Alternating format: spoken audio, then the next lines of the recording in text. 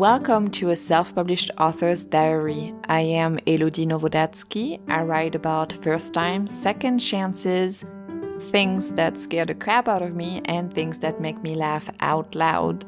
I'll be speaking with you and sharing my adventures in self-publishing, the behind the scenes of writing, and the business side of it.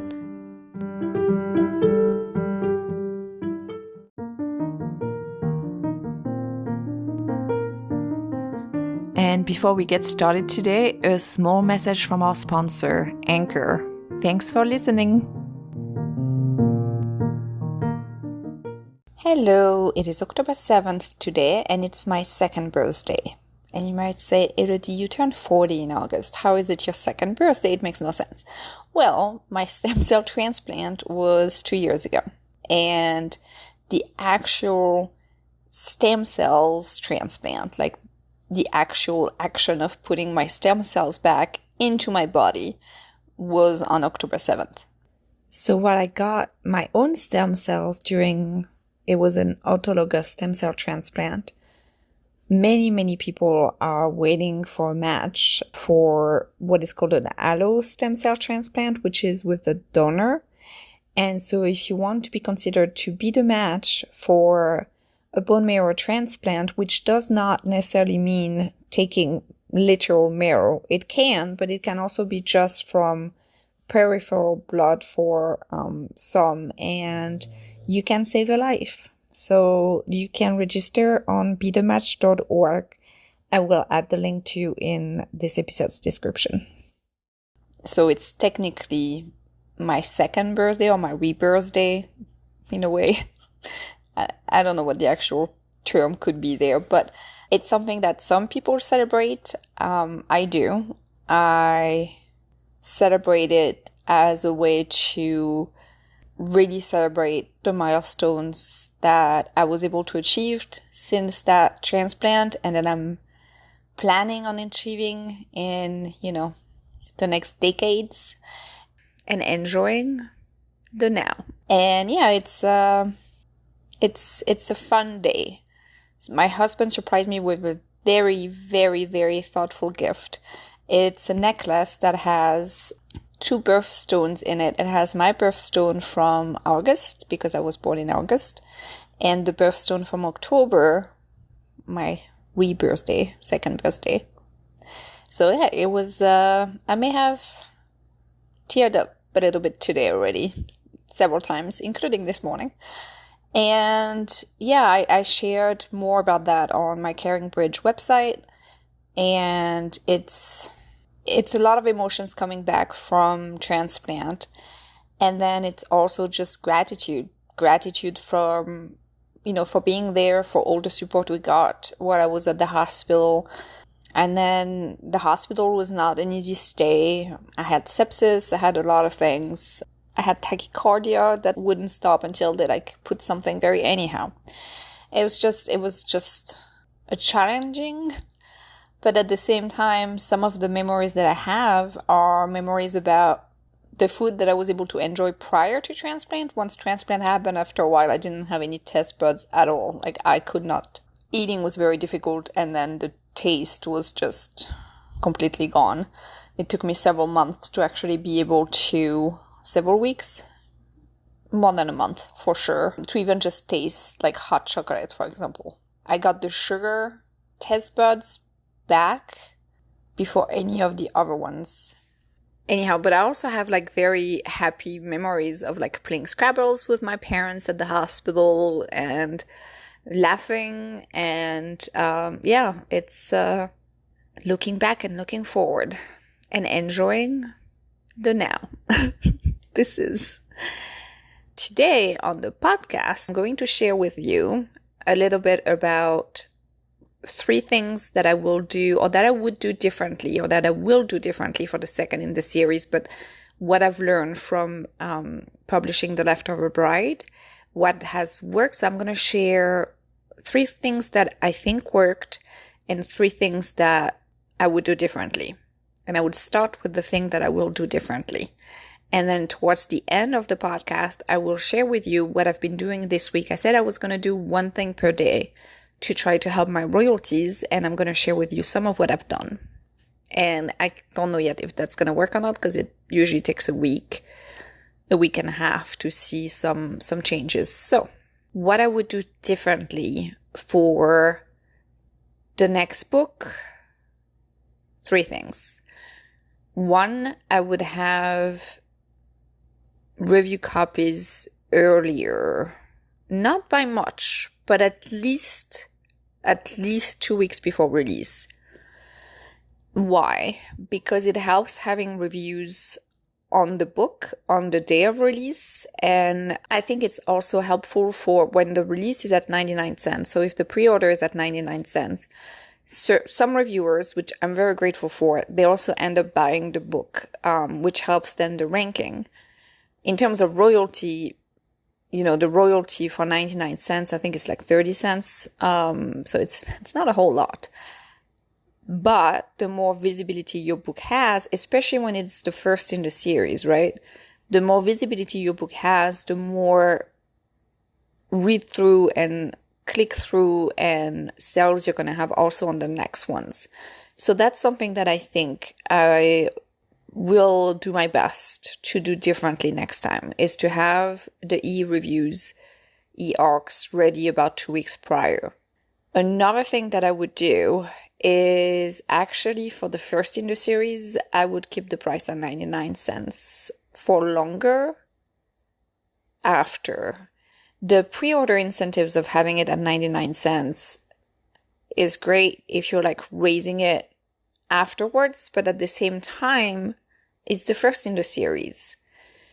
So I need people to get into the series. So maybe, and I need people, I need more reviews before I can really do, I think, successful ads. The reason why is because if you have the first in a series and your book is at $3.99, even though that $3.99 is actually less than a Starbucks coffee, but it's also, people need to trust your writing if they're new to your books, completely new to your books and your writing. And you're not having the backup of like a big, huge marketing where everybody's talking about your books, then it's better to have more reviews to be able to have different price points, I think. I will tell you how that works once I do have more reviews and I start maybe doing more ads. It's a holiday book, so in terms of promotion, I think I may have pushed the book a little bit later, maybe closer to beginning of November, October, end of October, beginning of November. And the reason why for that is because it still would be like within the 3 months of my publication when I would do like a bigger push for the book, which is what I'm going to do right now, like in November. Beginning of November, I will push more marketing towards The Leftover Bride because it's a holiday romance. And people are more in the mood of reading holiday romance when they're preparing for the holidays, I think. I'll let you know if that works to you.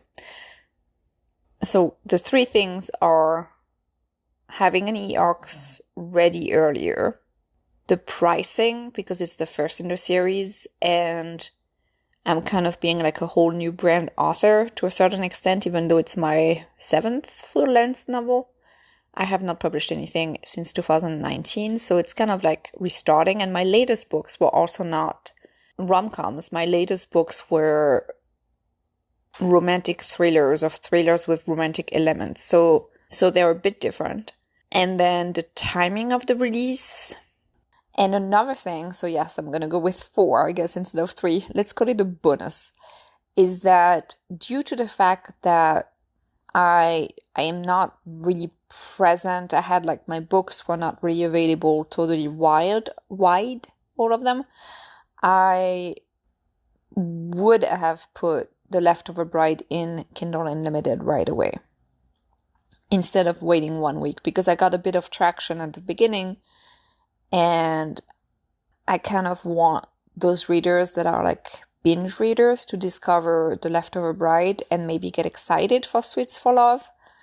And another thing, I guess it's 5, it's bonus. Second bonus. Another thing is at the end of the book, I have something for people to pre-order Sweets for Love, but right now I'm also doing a 99 cents price points for the Sweets for Love pre-order.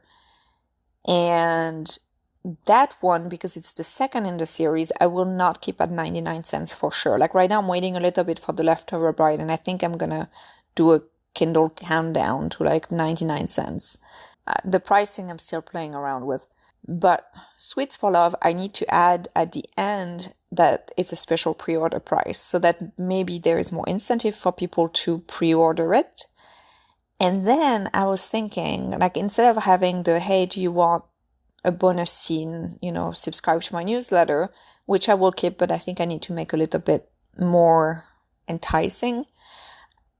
I'm wondering if I should not also ask people like, hey, or readers, hey, did that book make you smile? And if that made you smile, please let me know. Because I would really love to hear that it made people smile. Like, I think it would be such a boost for me to know that this book is making people smile, because this is one of the reasons I've written it. And 2, it would enable me to then establish more of a personal contact with readers from the very first email, and then I can invite them to join my newsletter for several things, So it's something that I'm thinking about switching prior to doing another push for reader reviews. So yeah, that's the things that I think I would do differently. I can tell you, the dog is snoring because it would not be me recording my podcast if Plato the dog was not snoring next to me. Another thing the things that I've done right, or the things that seem to have worked for me, like I don't know if it would work for anybody else, but for me, 3 things that have worked. Having a dedicated page called theleftoverbride.com has moved some traffic to it, and it was not a lot of work to set up. And it's a nice landing page, and it also has the Instagram The Leftover Bride, TikTok The Leftover Bride, and Facebook The Leftover Bride. And when I do ads from the Leftover Bride Facebook, I have better cost per click. I can never say that. I have better cost per click through my page, through the Leftover Bride page.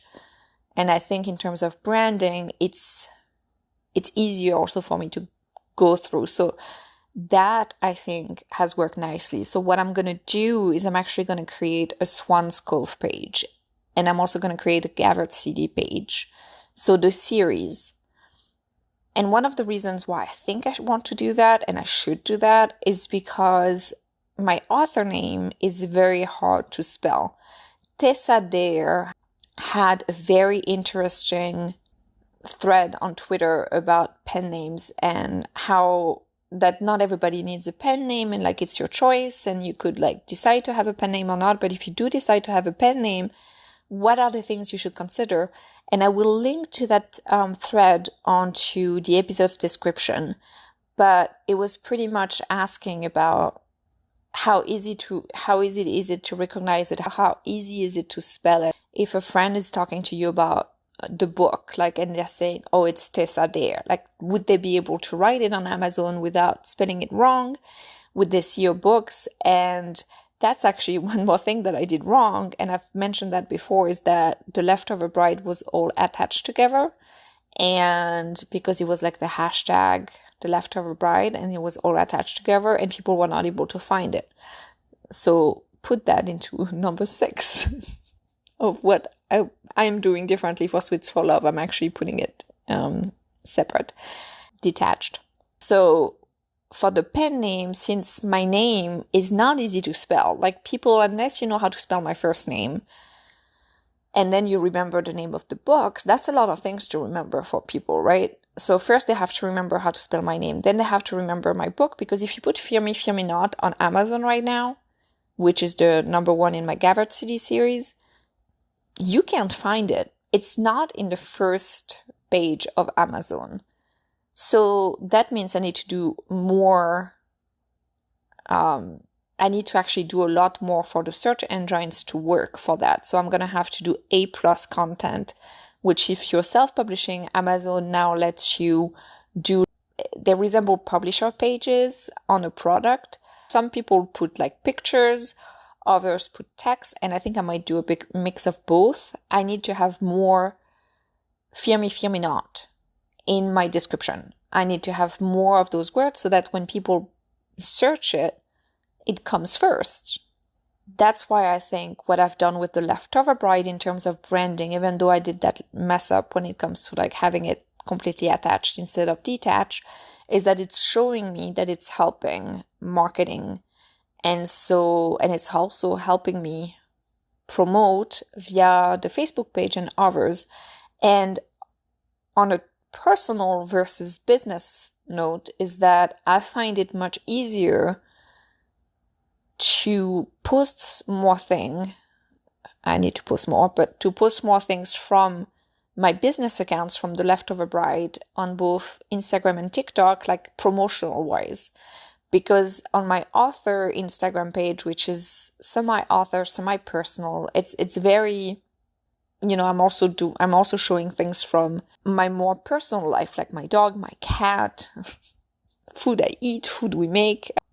We cook a lot, so there's a lot of that. But, places we go to, stuff like that. And then the promotion, I feel, because I have friends who follow me on Instagram, it feels sometimes like, I don't know, I just don't feel super comfortable all the time doing like a lot of self-promo, which is something that I'm fine, absolutely fine doing from my author, like Leftover Bride page, because when I'm doing reels, a lot of people see it, a lot more people see it, but it's not like it's dedicated to my book. So of course it's going to be about my book. And on TikTok, it's more my author TikTok. So it's also a bit different. Like I don't mind doing as much promo there. It's just a little bit different on certain social media. Like I'm deciding what works best for me in terms of promoting my book, both on a professional level and on a personal level. So it's not like I'm not going to talk about writing on my Instagram. I will, and I do. Because this is what I do, and it's also my author Instagram. Like this is also where I talk about my work, but just promoting the Leftover Bride, so having reels after reels after reels about the Leftover Bride, doesn't necessarily feel right on my Instagram, Elodie Novodatsky, but it feels absolutely fine on the Leftover Bride. It just works. It just works better. And this is something that I'm starting to realize that yes, it is more work in terms of maintenance, but at the same time, if it helps me promote it more efficiently and having it more eyeballs looking at it, like this is the point of promoting my book. Promoting my book is that I want people to actually see it and read it and fall in love with it. So that's where I'm going with that, is that developing for those series, keeping it minimal. I'm not going to be like active on all those things separately. But once I have it, I can always, right now, even Instagram, even if I'm not using the Leftover Bride all the time, like it still shows it sometimes when the algorithm is fine, it shows it to 1,000 people, but then I can also use it as promotion. I can boost a post via that business page, which I cannot do for my personal account. So this is something that I think has worked nicely. Another thing that has actually worked nicely is my newsletter. I've been so much more active in sending my newsletter. Every week I send it, and every week I have things to say. I'm looking forward to sending it. I get some replies, which always make me very happy. And it's also a great promotional tool because, first of all, I think I'm now landing in people's actual inbox instead of landing in the promotion. I see there are more openings, which is going to be harder to track because there are changes in terms of phones, and like the tracking is going to be an interesting data point to look at. But it's something that I feel is really, really helpful to me. And for The Leftover Bride, it has definitely helped me. So building my newsletter, and then of course, if you add the fact that, as we've seen last week, there can be moments where Facebook and Instagram and that they are down, and then without the emails, I would not be able to reach people who are in my Facebook readers group, who I can reach via ads and everything. So having those readers' emails, I think is just really something that I need to continue building on. And then interacting with my newsletter every week on Fridays has been very helpful. It has been very helpful in terms of pre-orders. The Leftover Bride was the book with the most pre-orders in English for me. And it's helpful in order to have reviews. And it's helpful for my books to stay in people's minds and update readers about the books that I'm writing and all those things. I think my newsletter has been really helpful, and I'm going to continue to cultivate it. I'm going to try to continue growing it. I'm going to continue doing a lot of things like that. Another thing, see, I'm also having bonus on things that have worked for me. The Dear Diary. Sorka is writing a diary, and so in her Dear Diary, it's something that I can use as marketing tool whenever, because she's had a diary for years. Even prior to that, she always had a diary. I have a lot of short story ideas also for Sorka and Ryan, because they are second chance romance. So I can have them together literally through meeting, which I'm not going to do because they met in elementary school, but I can have their dance in high school, their Halloween in high school, which is mentioned in The Leftover Bride. I can write short stories about this, and I can use it as reader magnets, or I can use it also to my newsletter subscribers to give them something in addition. So it's using all of that, all of those tools is something that I think is working for The Leftover Bride. So I'm really much looking forward to writing more and to continue to promote it, because this book just got out. It got out less than a month ago, and it's already one of my most successful English-speaking book.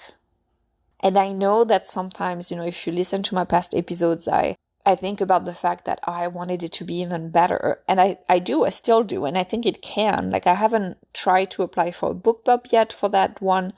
And I think I'm going to wait until I have a bit more reviews. And then I will, probably around the holiday season, apply for a BookBub contemporary romance one. I want to have the cover for Sweets for Love already available so that I can have people crossing my fingers and buying the second one. And having the second one already up was also great, because I'm starting to get pre-orders for the second one, which is available for pre-order. The Sweets for Love, which is Aisling story, is available for pre-order for only 99 cents. One thing I want to try is having the hardcover of The Leftover Bride ready for the holiday season. So I'm going to work on the hardcover next week and update the ending in terms of telling people for the ebook if that makes you smile. And then I am thinking maybe, I'm not sure, doing a NetGalley. You can get on NetGalley without paying for the full NetGalley as an indie author. There are co-ops that you pay $40 for one, or $45 for one slot for 1 month for one title, or you have different options. And I'm thinking about doing one co-op for 1 month to get more reviews for The Leftover Bride. So that's something that I'm thinking of, and will keep you updated if I do it and if that works. Things that I've done this week to help my royalties. So I re-uploaded in German A Summer Like No Other and Always Second Best. I did not have those in Kindle Unlimited for a couple of weeks, and I had totally dropped the ball in terms of re-uploading it widely, so on Google Play and Draft to Digital. And I decided to do that and not re-enlist them, so to speak, on KDP Select, because in Germany there's still a lot of ebook sales through Tolino, which is through Draft to Digital. I also put a Summer Like No Other in German to $0 free, and I've asked Amazon to match the price, because right now they still have it at 99 cents, but I've asked Amazon to match the price, and once that's done, I might do like a $5 ad on Facebook and just let people know that it's free. But otherwise, it's usually, at least for the English one, it just like gets downloaded on its own. I don't have to do anything. Once it's free, just people download it, and I have a very high conversion rate for always second best in English. And I get a lot of reviews on A Summer Like No Other. Like, I have 173 reviews, and I get a lot of newsletter subscribers through that book. So I've decided to do that in German, to have that ready to go. And I'm going to also do it in French, but I have not yet. It's on my list for next week. For this week, I've done that. I have re-uploaded A Summer Like No Other, as I said, in German everywhere. Did the same for Always Second Best in German everywhere. I contacted Amazon to price match. Then the other thing I did was I uploaded the new covers for Gathered City, and I changed the keywords for Fear Me, Fear Me Not, See Me, See Me Not, and Trust Me, Trust Me Not. So for that, right now, I'm not seeing a lot of movement. But the one thing I'm going to do, and they're in Kindle Unlimited, the one thing I'm going to do next week is because I started this week, but as I said, I'm doing one thing per day, right? So I'm trying not to rush and forget the writing and all that stuff and just focus. Like, I'm really trying to organize myself so that I can tackle several areas at once. So I started formatting the Gathered CD box set, which I will then finish next week, and I'm going to work on that gatheredcd.com. Crossing my fingers it's still available. I'm going to check right after I record. And then the Gathered CD's Facebook page I've already established, and I'm going to do the rest of all that. And then I'm going to have the box set ready in Kindle Unlimited, and I'm going to put Miss Me, Miss Me Not for pre-order for next year in October. Because Miss Me, Miss Me Not is in the back of my mind, and it's plotting itself in a way. I mean, it's not plotting itself. It's me plotting it, but it's the book that's like has been cooking and has been simmering for so long that I think I'm getting somewhere with it without having anything on paper yet. But something else that I've done is that I changed the epilogue of Fear Me, Fear Me Not, and I made it way much more enticing to read See Me, See Me Not. I re-uploaded that. I've done that. I uploaded the English-French audiobook with the English by Megan Carter of One Dream Only, and I've done that in Find a Way Voices. So that is currently going through quality control. I already had all the files for that. So all I needed to do was actually upload them. I mean, it's a few things to do, but upload them and everything. Another thing that I've done is that I formatted the English Portuguese version of One Dream Only. And on that one, I gave the name Duo Bilingue, actually. And I am trying to gather all my bilingual books under this additional author name so that I can separate my bilingual books from my author page. And I'm still thinking about adapting my author name to something more recognizable to readers. That's a big decision. That would be a lot of changes. So I'm still looking into that. In addition to plotting Sweets for Love, I am reworking a story and I'm writing it. And I worked on a cover and I'm thinking about pen names for that one. And yeah, I'm planning on launching maybe a pen name in the future. And I will let you know if that's successful and what works and what doesn't. And then how long it takes me to write all those books that I have in my mind. So this is it for today. In terms of TV show, we finished watching 9 Perfect Strangers. I really liked it. I enjoyed the show. And apparently the Russian, when it was spoken, did not sound super Russian, according to my husband. But the show, we both very much enjoyed it. And we are currently watching the last season of The Handmaid's Tale. Why the Last Man, American Horror Story, and of course Ted Lasso and The Morning Show, and the new Jon Stewart show, which we started watching last week, which was very interesting. So, yeah. Plato the dog is still snoring. I'm gonna take him for a W. I can't say W-A-L-K, otherwise he might wake up. And I'm going to continue celebrating today. To every writer out there, happy writing, and to everybody, happy reading. Thank you for listening.